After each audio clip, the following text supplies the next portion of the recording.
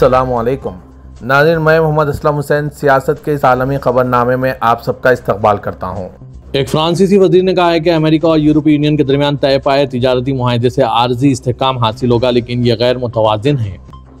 आज स्कॉटलैंड में अमेरिकी सदर डोनाल्ड ट्रंप और यूरोपीय यूनियन की सरबराही उर्सुला वॉन डर लेयन के दरमियान हुए मुज़ाकरात में तय पाए मुआहदे के बारे में फ्रांसीसी वजीर बराए यूरोप बेंजामिन हुडद ने कहा है कि यह आर्जी इस्तेहकाम तो कायम करेगा, ताहम यह गैर मुतवाज़िन है।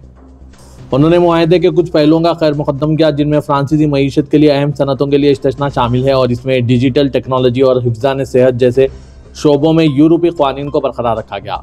उन्होंने वाज़ेह किया मौजूदा सूरत हाल इत्मीनान बख्श नहीं है और इसे बरकरार नहीं रखा जा सकता। उन्होंने मज़ीद कहा कि अमेरिका ने मुआशी दबाव और आलमी तिजारती तंजीम WTO के क़वानीन की मुकम्मल नज़रअंदाजी का रास्ता इख्तियार किया है।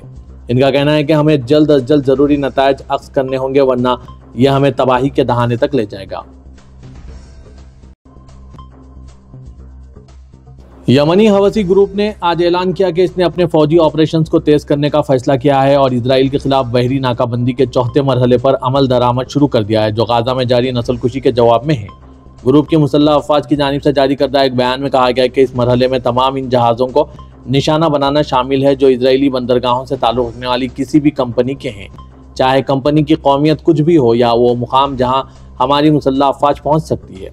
हवसियों ने खबरदार किया है कि इनके जहाज़ों को इनके मुकाम या मंजिल से क़तई नज़र हमारे मिसाइलों या ड्रोन्स की पहुँच में आने वाले किसी भी मुकाम पर निशाना बनाया जा सकता है। ग्रुप ने तमाम ममालिक से अपील की है कि अगर वो इस कशीदगी से बचना चाहते हैं तो दुश्मन पर दबाव डालें कि वो अपनी जारियत बंद करें और गाजा पर मुहासरा ख़त्म करें। दुनिया का कोई भी आज़ाद शख्स इस जुल्म को कबूल नहीं कर सकता। हवसियों ने इसराइल पर मिसाइल और ड्रोन हमले उस वक्त से बढ़ा दिए हैं जब इसराइली अफवाज ने मार्च में गाजा पर हमले दोबारा शुरू किए, जो 2 माह की गैर मुस्तहकम जंगबंदी का बाद हुआ। नवंबर 2023 से ग्रुप ने गाजा में फ़लस्तीनियों की हिमायत में बहर अमन, खलीज अदन और बहर अरब में तिजारती जहाज़रानी को भी निशाना बनाया है, जहां इजरायली हमले में 65,800 से ज़्यादा अफराद हलाक हो चुके हैं। थाईलैंड और कंबोडिया ने 5 रोज़ की सरहदी लड़ाई के बाद मुकामी वक्त के मुताबिक आज पीर की निस्फ शब से फौरी और गैर मशरूत जंगबंदी पर इत्तफाक कर लिया है। मलेशिया के वज़ीर-ए-आज़म अनवर इब्राहिम ने कोलालमपुर में कंबोडिया के वज़ीर-ए-आज़म हैन मिनेट और थाईलैंड के कायम मुकाम वज़ीर-ए-आज़म फोमुथेम वेचियाचाई के दरमियान अमन मुज़ाकरात की मेज़बानी के बाद इस पेशरफ्त का ऐलान किया। ये मुलाकात गुज़िश्ता हफ्ते सरहद पर ताज़ा तरीन मुसल्लह तसादुम शुरू होने के बाद हुई है, जिसके नतीजे में मुतनाज़ा सरहद के दोनों जानिब फौजियों समेत मुतअद्दिद अफराद हलाक हो चुके हैं। थाईलैंड और कंबोडिया के फौजी कमांडर मंगल की सुबह एक सरकारी इजलास मुनक़िद करेंगे। अमेरिका और चीन के हुक्काम ने भी आज पीर के रोज़ इजलास में शिरकत की। जनूब मशरक़ी एशियाई ममालिक की तंजीम आसियान के मौजूदा चेयरमैन अनवर ने कहा है कि जंगबंदी, कशीदगी में कमी और अमन व सलामती की बहाली की जानिब एक अहम पहला कदम है। अनवर ने कहा है कि कंबोडिया, थाईलैंड और मलेशिया के वज़राए दिफा और वज़राए खारजा पायदार अमन और एहतसाब के लिए जंगबंदी के निफाज और तस्दीक के लिए एक मेकानिज़म तैयार करेंगे। उन्होंने जोर देकर कहा कि यह मेकानिज़म पायदार अमन और एहतसाब की बुनियाद के तौर पर काम करेगा। उन्होंने मज़ीद कहा कि मलेशिया जंगबंदी की तस्दीक और इस पर अमल दरामद को यकीनी बनाने के लिए एक मुबस्सिर टीम को मरबूत करने के लिए तैयार हैं। यूरोपीय कमीशन की सदर उर्सुला वॉन डर लेयन ने यूक्रेन के सदर ज़ेलेंस्की से खुद मुख्तार एंटी करप्शन इदारों को बरकरार रखने की अपील की है, जबकि ज़ेलेंस्की ने इशारा दिया है कि इस हवाले से कानून साजी चंद दिनों में मंजूर की जा सकती है। वॉन डर लेयन ने आज ज़ेलेंस्की के साथ टेलीफोनिक बातचीत के बाद एक पोस्ट में कहा, यूक्रेन ने अपने यूरोपीय रास्ते पर पहले ही बहुत कुछ हासिल कर लिया है। इसे इन मजबूत बुनियादों पर तामीर करना चाहिए और आज़ाद एंटी करप्शन इदारों को महफूज रखना चाहिए, जो यूक्रेनी क़वानीन की बालादस्ती के सुतून हैं। गुज़िश्ता जुमेरात को अवामी तनकीद के एक नादिर इजहार के बाद ज़ेलेंस्की ने एक मसौदा कानून पेश किया था ताकि यूक्रेन के एंटी करप्शन इदारों की आज़ादी बहाल की जा सके, जो गुज़िश्ता बिल के बरअक्स है, जिसका मकसद इनकी खुद मुख्तारी को ख़त्म करना था। ज़ेलेंस्की ने वॉन डर लेयन के साथ बातचीत के बाद एक पोस्ट में कहा, हमने यूक्रेन के एंटी करप्शन इदारों की आज़ादी और मौसरियत को यकीनी बनाने वाले बिल पर गौर किया है। मैंने इस हवाले से यूरोपीय कमीशन की तरफ से टेक्निकी मदद फराहम करने का शुक्रिया अदा किया। अमेरिका और यूरोपीय यूनियन में टैरिफ के हवाले से मुआहदे तय पाए गए हैं, जिसके बाद तिजारती जंग के खदशात टल गए हैं। बरतानी खबरसां इदारे रॉयटर्स के मुताबिक स्कॉटलैंड में तय पाए मुआहदे के मुताबिक ज़्यादातर यूरोपीय अशिया पर 15% तक टैरिफ आयद किया जाएगा, जो कि क़ब्ल अज़ीं डोनाल्ड ट्रंप की जानिब से दी गई धमकी का तकरीबन आधा हिस्सा है। अमेरिका और यूरोपीय यूनियन अहम इत्तेहादी हैं जो आलमी तिजारती मार्केट में तकरीबन 1/3 हिस्सा रखते हैं। मुआहदे का ऐलान अमेरिकी सदर डोनाल्ड ट्रंप और यूरोपीय कमीशन की सदर उर्सुला वॉन डर लेयन ने स्कॉटलैंड में सदर ट्रंप के लग्जरी गोल्फ कोर्स में किया। इससे कबल दोनों रहनुमाओं के दरमियान 1 घंटे की मुलाकात हुई, जबकि इससे कबल अमेरिका और यूरोपीय यूनियन के रहनुमाओं के दरमियान भी महीनों तक बातचीत होती रही और मामला बिलाखिर मुआहदे तक पहुंचा। बादशाह अमेरिकी सदर डोनाल्ड ट्रंप ने सहाफ़ियों को बताया कि मेरे ख्याल में ये अब तक की सबसे बड़ी डील है। उन्होंने यूरोपीय यूनियन की जानिब से अमेरिका में 600 अरब डॉलर की सरमायाकारी करने और अमेरिका से तोनाई और फौजी साजो सामान की खरीदारी में ड्रामाई इजाफे की मनसूबाबंदी को भी सराहा।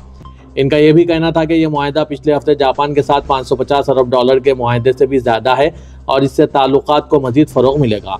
इस मौके पर अर्सला वान डेर लीन ने सदर ट्रंप को एक सख्त मुज़ाकरातकार करार देते हुए कहा कि 15% का टैरिफ तमाम अशिया पर लागू होगा।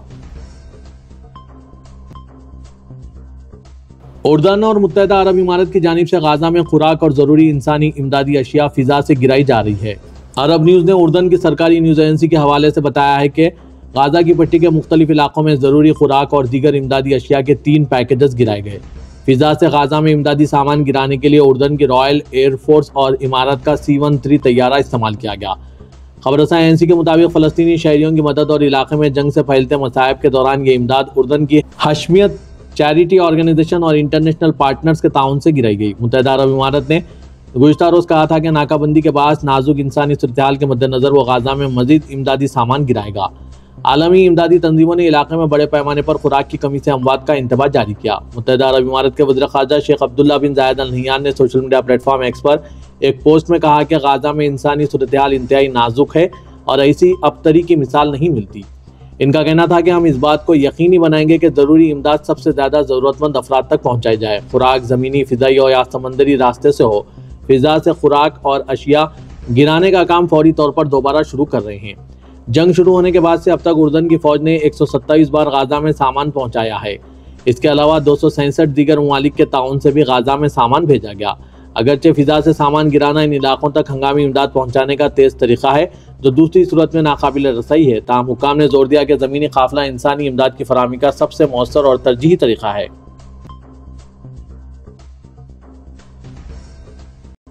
सऊदी अरब के वज़ीर ख़ारजा फैसल बिन फरहान ने तस्दीक की है कि फ्रांस के इश्तराक से होने वाली कॉन्फ्रेंस में फ़लस्तीनी रियासत को तस्लीम करने और 2 रियासती हल पर अमल दरामद का मुतालबा किया जाएगा। अरब न्यूज़ के मुताबिक सऊदी वज़ीर ख़ारजा ने कहा है कि रवां हफ्ते के आखिर में मुनक़िद हुई कॉन्फ्रेंस फ़लस्तीन कास के हवाले से मुमलिकत के मजबूत मौक़िफ़ और मुनसिफ़ाना और जामे अमन के हुसूल के लिए इसकी कोशिशों की अक्कासी करता है। शहज़ादा फैसल बिन फरहान ने कहा कि सऊदी अरब फ्रांस के इश्तराक से मसला फ़लस्तीन के पुरअमन हल और वज़ारती सतह पर 2 रियासती हल के निफाज से मुतालिक एक आला सतही की बैनुल-अक़वामी कॉन्फ्रेंस की सदारत कर रहा है, जो इस हफ्ते अक़वाम मुत्तहिदा के हेडक्वार्टर में वसी बैनुल-अक़वामी शिरकत के साथ मुनक़िद होगी। फ्रांसीसी सदर इमानुएल मैक्रोन ने सितंबर में अक़वाम मुत्तहिदा की जनरल असम्बली में फ़लस्तीनी रियासत को तस्लीम करने का ऐलान किया था। सऊदी अरब ने सदर इमानुएल मैक्रोन के तारीख़ी फ़ैसले का खैर मुक़द्दम किया और कहा कि मुमलिकत इन तमाम ममालिक से दोबारा यह मुतालबा करती है जिन्होंने अभी तक फ़लस्तीन की रियासत को तस्लीम नहीं किया कि ऐसे ही मुस्बित इक़दाम करते हुए संजीदा मौक़िफ़ इख्तियार करके अमन और फ़लस्तीनी अवाम के जायज़ हुकूक़ की हिमायत करें।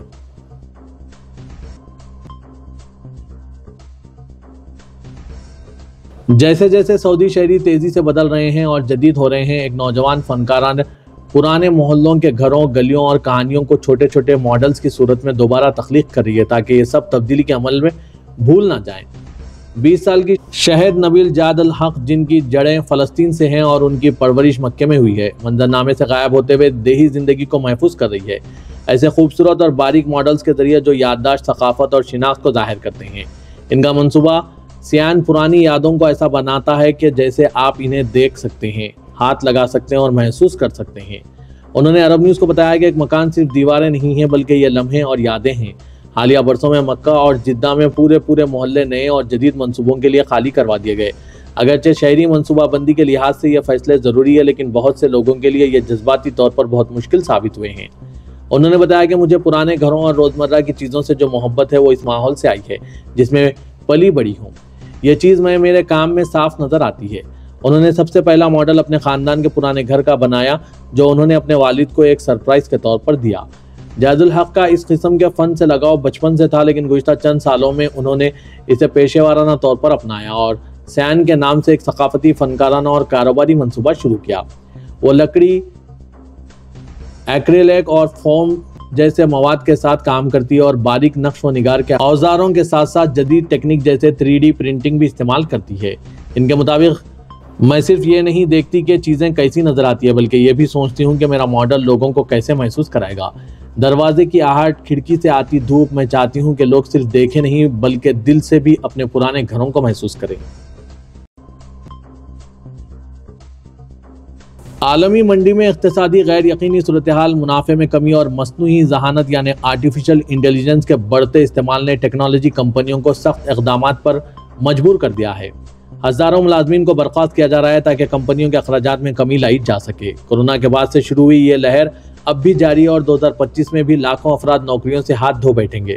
हिंदुस्तान की सबसे बड़ी IT कंपनी TCS ने ऐलान किया है कि वो अगले साल के औसत तक अपने कुल मुलाजमीन में से 2% यानी तकरीबन 12,200 मुलाजमीन को फारिग करेगी। कंपनी के CEO केक्रिथ हुसन के मुताबिक कटौती खास तौर पर मिडिल और सीनियर मैनेजमेंट लेवल पर होगी। इनका कहना है कि तेजी से बदलती टेक्नोलॉजी के साथ हम आहंग होने के लिए ये इक़दामात ज़रूरी है। माइक्रोसॉफ्ट ने एक और बड़े फैसले में 4% से कम मुलाजमीन को नौकरी से निकालने का ऐलान किया है, जिससे तकरीबन 9,000 अफराद मुतासिर होंगे।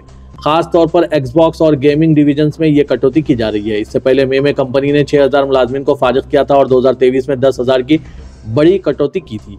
कंपनी का कहना है कि मुसाबकती मार्केट में बरकरार रहने और कारकर्दगी बेहतर बनाने के लिए इक़दाम उठाया गया है। इंटेल ने 25,000 मुलाजमतें खत्म करने का ऐलान किया। दुनिया की मशहूर चिप साज कंपनी इंटेल ने ऐलान किया है कि वो अपने कुल मुलाजमीन में से 20% यानी तकरीबन 25,000 अफराद को फारिग कर रही है। कंपनी के मुताबिक इसका मकसद छोटे और मौसर टीमों के साथ ज़्यादा तेज़ काम करना है। इन कटौतियों का असर खास तौर पर चिप डिज़ाइन, क्लाउड आर्किटेक्चर और एग्जीक्यूटिव सतह के मुलाजमीन पर पड़ेगा।